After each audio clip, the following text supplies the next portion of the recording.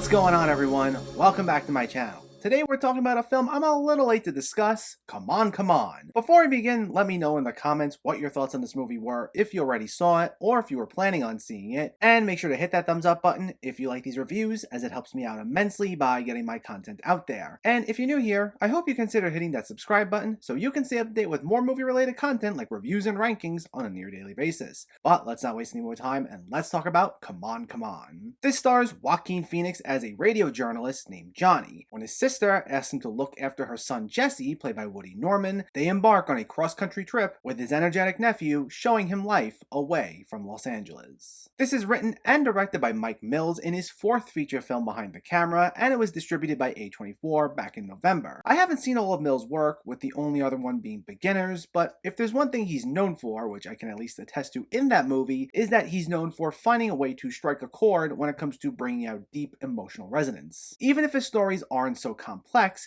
there's such great care given to all of his characters, with everyone feeling incredibly relatable, and that's once again the case here. Story-wise, this is pretty simple, just chronicling the week-long bonding session between an uncle and his nephew. And there are some of those familiar trappings we've seen in these sort of movies sprinkled in there. Like, even though Jesse's not so much of a brat, he does have a loud personality that's been described as grating, and it does lead to a little bit of friction between him and Johnny initially. There are several instances, for example, where he just wanders off on his own and thinks he's being funny when he scares Johnny, though it's just because he doesn't understand the gravity of the situation. But this film is much richer beyond its simplistic setup. It's a beautiful film about our relationships and the importance of our relationships and the way they help shape our view of the world. And while it sounds like it could have retreated into corniness or over-sentimentality, there's such a sincere touch to the film that's bound to put a smile on your face. I think what helps too is the way it incorporates Johnny's profession. The film will frequently cut to interviews he conducts with kids, asking them about their hopes for the future and what they look forward to,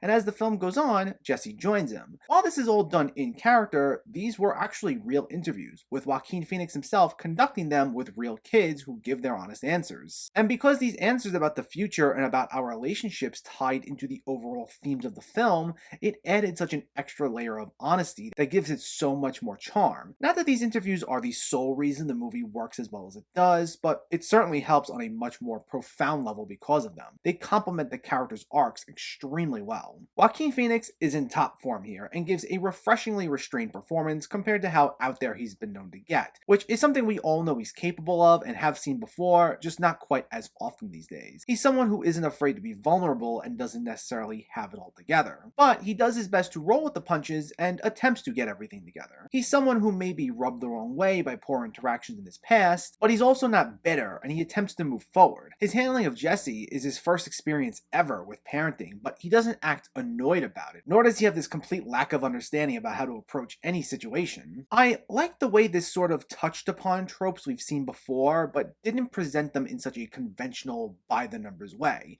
and it made the film feel sweet. The interactions between Johnny and Jesse would often be funny, and not because they were clearly trying so hard to crack a joke, but it was due to how organic their interactions were. Even though Jesse's a little loud and he asks a lot of questions, he doesn't do anything with malicious intent. At most, he can be a little misguided, and because we see he's not this bratty little character, it makes the exchanges with Johnny feel naturally funnier. It feels more like a kid just being a kid, with Woody Norman giving a solid performance. I also like the way this evoked a particular aesthetic, but didn't do so in a way that made it feel emotionally cut off. With this being shot in black and white, generally, a lot of contemporary films that go with this aesthetic take on a quiet, reserved feel, and sometimes they can be so quiet that they might not always connect with audiences, at least in my experience. It's not the case with all of them, but there's certainly a distinct tone taken on by a number of films that go down this route. This, on the other hand, keeps things grounded, but also knows how to wear its heart on its sleeve without making each moment feel like this grand spectacle. It still does an excellent job of exploring relationships, even if they're the ones that aren't the central focus of the film, like the relationship between Johnny and his sister Viv, played by Gabby Hoffman, and we even see glimpses of the relationship between Viv and her estranged husband Paul, played by Scoot McNairy,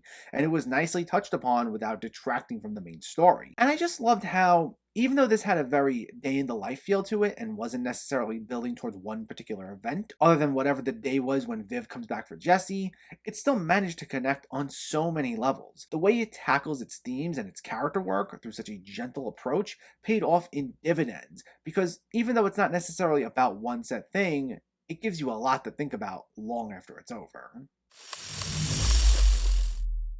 Come On, Come On is such a delightful watch and one of the most joyous movie experiences of 2021.